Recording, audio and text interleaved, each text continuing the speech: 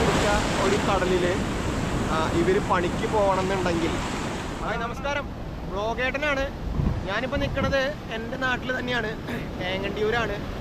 ഇപ്പോൾ കഴിഞ്ഞ ദിവസം നമ്മുടെ ചേറ്റു അഴിമുഖത്ത് ഒരു വള്ളം മറിഞ്ഞിട്ടുണ്ടായിരുന്നു. ആ വള്ളമാണ് കേട്ടോ എൻ്റെ പുറകിലേക്ക് എടുക്കുന്നത്. വള്ളം മറിഞ്ഞത് ആ പുലിമുട്ടിൻ്റെ രണ്ട് മെയിൻ പുലിമുട്ട്, ചേറ്റു അഴിമുഖത്തിൻ്റെ പുലിമുട്ടുണ്ടല്ലോ, അതാണ് അഴിമുഖം.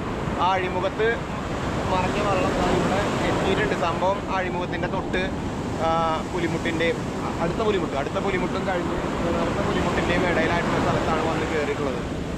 ഈ വള്ളത്തിൻ്റെ കെടുപ്പ് കണ്ടാൽ തന്നെ നമുക്ക് വിഷമമാവും വളരെയധികം. ഇന്നലെ ഈ വള്ളത്തിൽ 3 പേരാണ് ഉണ്ടായിരുന്നത്. അതിൽ 2 പേര് രക്ഷപ്പെട്ടു എന്ന്, ഒരാളെ ഇതുവരെയും കിട്ടിയിട്ടില്ല എന്നാണ് അറിയാൻ കഴിഞ്ഞിട്ടുള്ളത്.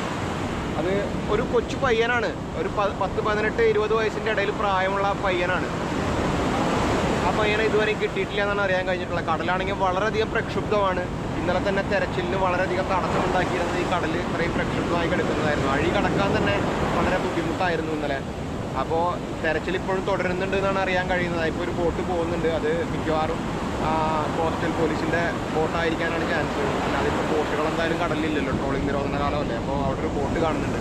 ഇപ്പോൾ അഴി കടന്നു പോയിട്ടുണ്ട് ഒരു ബോട്ട്. അപ്പോൾ ആ ബോട്ട് പോകുന്നത് തന്നെ കണ്ടു കഴിഞ്ഞാൽ നമുക്ക് പേടിയാവും. അത്രയും റിസ്ക് പിടിച്ച കടലിലാണ് കേട്ടോ.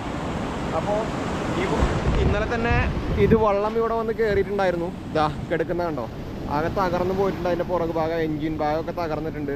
പിന്നെ ഫ്രണ്ട് ഭാഗം കുത്തിയിട്ടുണ്ട്, അതായത് അതിൻ്റെ കൊമ്പ് കുത്തിയിട്ട് കൊമ്പ് തകർന്നിട്ടുണ്ട്. വേറെ ഇപ്പോൾ കാഴ്ചയിൽ കേടുകളോ തകരാറുകളോ ഒന്നും കാണാനില്ല. എന്തായാലും ഈ കാണാതെ പോയ മത്സ്യത്തൊഴിലാളിയെ ജീവനോടെ തന്നെ തിരിച്ചു കിട്ടട്ടെ എന്ന് നമുക്ക് ആശിക്കാം, ആഗ്രഹിക്കാം. അല്ലാതെ ഇപ്പോൾ എന്ത് പറയാനാണ്. കാരണം സമയം ഇപ്പോൾ 12 മണിക്കൂറും കഴിഞ്ഞു, 10-18 മണിക്കൂറോളം സമയമായി അപകടം നടന്നതിന് ശേഷം. എന്തായാലും അത്ഭുതങ്ങൾ സംഭവിക്കട്ടെ. ഇതിനേക്കാളും വലിയ അത്ഭുതങ്ങളൊക്കെ സംഭവിച്ചിട്ടുണ്ട് ദിവസങ്ങൾ കഴിഞ്ഞതിന് ശേഷം ജീവനോടെ വന്നിട്ടുള്ള അനുഭവങ്ങളൊക്കെ ഉണ്ട്. അങ്ങനെ ജീവനോടെ തിരിച്ചു കിട്ടട്ടെ എന്ന് നമുക്ക് ഇപ്പോഴും ആഗ്രഹിക്കാം, ആശിക്കാം. പിന്നെ നമ്മൾ മത്സ്യത്തൊഴിലാളികളുടെ ഒരു അവസ്ഥ നിങ്ങളൊന്ന് ആലോചിച്ച് നോക്കണം. ഇത്രയും റിസ്ക് പിടിച്ചൊരു കടലിൽ, അതായത് ഇപ്പോഴത്തെ കടലിൻ്റെ കാര്യം നമുക്കറിയാം. മഴക്കാലത്തിൻ്റെ കടൽ എന്ന് പറഞ്ഞു കഴിഞ്ഞാൽ വളരെ റിസ്ക് പിടിച്ചൊരു കടലാണ്. ഇത്രയും റിസ്ക് പിടിച്ച ഒരു കടലിൽ ഇവർ പണിക്ക് പോകണമെന്നുണ്ടെങ്കിൽ അത് അവരുടെ അവസ്ഥ കൊണ്ടാണ്. കാരണം ട്രോളിംഗ് നിരോധന കാലം ഉണ്ടല്ലോ, ഈ ട്രോളിംഗ് നിരോധന കാലത്താണ് അവർക്ക് എന്തെങ്കിലുമൊക്കെ കാര്യമായിട്ട് പണി നടക്കുന്നതും എന്തെങ്കിലും കാര്യമായിട്ട് പോക്കറ്റിൽ വരുന്നതും പണം കിട്ടുന്നതും. അപ്പോൾ അതുകൊണ്ടാണ് ഇത്രയും റിസ്ക് പിടിച്ച കടലിലും ഇവർ പണിക്ക് പോകാൻ തയ്യാറാവുന്നത്. അത് ഇത്രയും ചെറുപ്പത്തിലുള്ള കുട്ടികൾ പോലും കടലിൽ പോകണമെന്നുണ്ടെങ്കിൽ അത് അവരുടെ വീട്ടിലെയും അല്ലെങ്കിൽ സാമ്പത്തികമായിട്ടുള്ള ഒക്കെ ഉള്ള അവസ്ഥ കൊണ്ട് പോകുന്നതാണ്. അപ്പോൾ അവർക്കിങ്ങനെ സംഭവിക്കുമ്പോൾ നമുക്ക് വളരെയധികം വിഷമമുണ്ട്.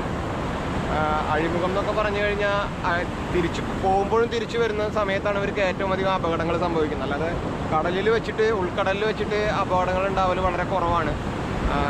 ഈ പോക്കും വരവാണ് ഏറ്റവും റിസ്ക് പിടിച്ചിട്ടുള്ളത് ഈ മഴക്കാലങ്ങളിൽ. കാരണം ഈ തിരമാലകൾ അത്രയും ശക്തമായിട്ടുള്ള തിരമാലകളായിരിക്കും ഉണ്ടാവുക. അപ്പോൾ എനിക്കിതിൽ ഇക്കാര്യത്തിൽ പറയാനുള്ള നമ്മുടെ മത്സ്യത്തൊഴിലാളികളോട് എനിക്ക് പറയാനുള്ളൊരു കാര്യം, കടലിൽ പോകുന്നവരെല്ലാവരും നിർബന്ധമായിട്ടും നമ്മുടെ മത്സ്യത്തൊഴിലാളി ക്ഷേമനിധി ബോർഡിൽ അംഗമായിരിക്കണം. അതുപോലെ തന്നെ മത്സ്യത്തൊഴിലാളി സംഘങ്ങളിലെ അംഗമായിട്ട് ഇൻഷുറൻസും കാര്യങ്ങളൊക്കെ എടുത്തു വെക്കണം. കാരണം ക്ഷേമനിധി ബോർഡിൽ അംഗമായാൽ തന്നെ നമുക്ക് 10 ലക്ഷം രൂപയുടെ ഇൻഷുറൻസ് കവറേജ് കിട്ടുന്നുണ്ട്. എന്തെങ്കിലും അപകടങ്ങൾ നടന്നാൽ തന്നെ നമ്മുടെ വീട്ടുകാർക്കെങ്കിലും അത് കിട്ടും, നമുക്ക് എന്തെങ്കിലും സംഭവിച്ചാൽ പോലും. അപ്പം ഞാനൊരു മത്സ്യത്തൊഴിലാളിയാണ്, അതുകൊണ്ടാണ് ഞാൻ പറയുന്നത്. അതുപോലെ സംഘങ്ങളിൽ ചേർന്നിട്ട് ഇൻഷുറൻസും കൂടെ ചേരുകയാണെങ്കിൽ നമുക്ക് ടോട്ടൽ ഒരു 20 ലക്ഷത്തോളം രൂപയുടെ ഇൻഷുറൻസ് കവറേജ് കിട്ടും. നമുക്ക് ജീവൻ എന്തെങ്കിലും സംഭവിച്ചു കഴിഞ്ഞാൽ നമ്മുടെ വീട്ടുകാർക്കെങ്കിലും. കാരണം നമ്മുടെ വീട്ടുകാരെങ്കിലും നമ്മൾ നഷ്ടപ്പെട്ടാലും അവർക്ക് ജീവിക്കാനുള്ള എന്തെങ്കിലും കിട്ടും. അപ്പോൾ അത് നിർബന്ധമായിട്ടും ഒരു മത്സ്യത്തൊഴിലാളി പോലും മുടങ്ങാതെ ഈ ക്ഷേമനിധി വിഹിതം അടച്ചുകൊണ്ട് ക്ഷേമനിധി ബോർഡിൽ അംഗമായിട്ടിരിക്കണം എന്നാണ് എനിക്ക് പറയാനുള്ളത്. കാരണം ഇത് ഈ ഒരു അവസരത്തിലേ പറയാൻ പറ്റൂ, അതുകൊണ്ട് ഞാൻ പറഞ്ഞതാണ്. അതുപോലെ തന്നെ ഈ കാരിയർ വള്ളം അതുപോലെ ചെറുവള്ളങ്ങൾ, ഇതാണ് ഏറ്റവും അധികം അപകടത്തിൽപ്പെടുന്നത്. വലിയ വള്ളങ്ങളും ബോട്ടുകളേക്കാൾ കൂടുതൽ ഈ അഴി മുറിച്ച് കിടക്കുന്ന സമയത്ത് അപകടത്തിൽപ്പെടുന്നത് കാരിയർ വള്ളം അതുപോലെ ചെറുവള്ളങ്ങളുമാണ്. അപ്പോൾ ഈ കാരിയർ വള്ളങ്ങളിലും ചെറുവള്ളങ്ങളിലും കുറച്ച് പേരെ ഉണ്ടാവാറുള്ളൂ. അപ്പോൾ അവർ നിർബന്ധമായിട്ടും ഈ അഴി മുറിച്ച് കിടക്കുമ്പോൾ സമയത്തെങ്കിലും ലൈഫ് ജാക്കറ്റ് ഉപയോഗിക്കണം. കാരണം അവർക്ക് അവരുടെ പണിയുടെ സമയത്ത് ലൈഫ് ജാക്കറ്റ് ഇട്ടുകൊണ്ട് പണിയെടുക്കുക എന്ന് പറഞ്ഞു കഴിഞ്ഞാൽ അത് ബുദ്ധിമുട്ടുള്ള കാര്യമാണ്, അത് നമുക്കറിയാവുന്ന കാര്യമാണ്. ലൈഫ് ജാക്കറ്റ് ഇട്ടുകൊണ്ട് അവരുടെ പണി അത്ര എളുപ്പത്തിൽ നടക്കില്ല. പക്ഷേ അഴി കടക്കുന്ന സമയത്ത് നിർബന്ധമായിട്ടും ലൈഫ് ജാക്കറ്റ് ഇടണം എന്നാണ് എൻ്റെ ഒരു അഭിപ്രായമാണ് ഞാൻ പറയുന്നത്. നിങ്ങൾക്ക് പലർക്കും പല അഭിപ്രായങ്ങളുണ്ടാവും. മത്സ്യത്തൊഴിലാളികൾക്ക് വിരുദ്ധാഭിപ്രായങ്ങളോ അനുകൂല അഭിപ്രായങ്ങളോ ഒക്കെ ഉണ്ടാവും. നിങ്ങളുടെ അഭിപ്രായങ്ങൾ കമൻറ്റ് ചെയ്യുക. അപ്പോൾ അഴി മുറിച്ച് കിടക്കുന്ന സമയത്ത് നിർബന്ധമായിട്ടും ലൈഫ് ജാക്കറ്റ് ഇട്ടിരിക്കണം. അതുപോലെ ലൈഫ് ബോയ് ഇത്തരം കാരിയർ വള്ളങ്ങളിലും ചെറുവള്ളങ്ങളിലും ലൈഫ് ബോയ് നിർബന്ധമായിട്ടും ഉണ്ടാവണം എന്നാണ് എനിക്ക് പറയാനുള്ളത്. ഒരു കച്ചിത്തുരുമ്പെങ്കിലും നമുക്ക് രക്ഷപ്പെടാനുള്ള ഒരു ചെറിയൊരു അവസരമെങ്കിലും കിട്ടുക എന്ന് പറയുന്നത്, രക്ഷപ്പെടുമെന്ന് ഉറപ്പൊന്നുമില്ല, എന്നാലും വെറും ഒന്നുമില്ലാതെ വീഴുന്നതിനേക്കാൾ ചിലപ്പോൾ മറ്റുള്ളവർക്ക് രക്ഷിക്കാനെങ്കിലും നമുക്ക് നീന്തിക്കയറാൻ ബുദ്ധിമുട്ടുണ്ടാവും. ലൈഫ് ജാക്കറ്റ് ഇട്ടുകൊണ്ട് നീന്താൻ ബുദ്ധിമുട്ടാണ്. പക്ഷേ ലൈഫ് ജാക്കറ്റ് ഇട്ടുകൊണ്ട് നമ്മൾ വെള്ളത്തിൽ പൊങ്ങി കിടക്കുന്നത് കാണുമ്പോൾ രക്ഷിക്കാൻ വരുന്നവർക്കെങ്കിലും ചിലപ്പോൾ നമ്മളെ രക്ഷിക്കാൻ കഴിഞ്ഞേക്കും.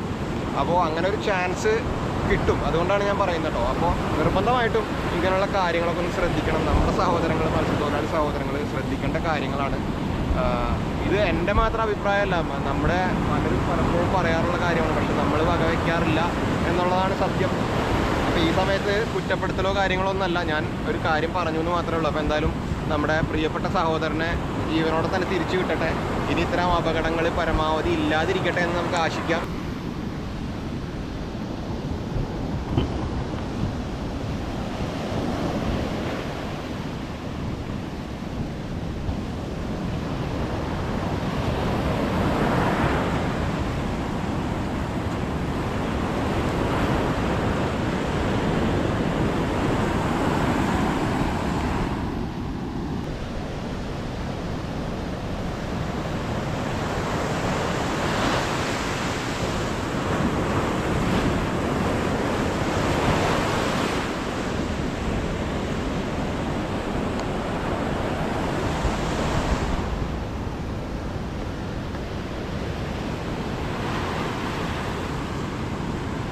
രക്ഷാപ്രവർത്തനം അല്ലെങ്കിൽ തെരച്ചിൽ നടക്കുന്നുണ്ട്.